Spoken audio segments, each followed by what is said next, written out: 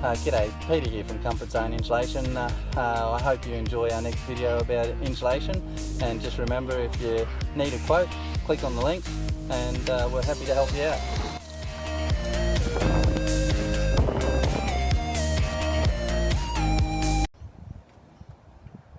So you can see here I'm on a tile roof, and all of this roof has been painted previously, but you can see the paint's actually been put on over the top of mould, and so because they didn't pressure clean the roof before they started and clean it properly, it's actually not stuck to the roof.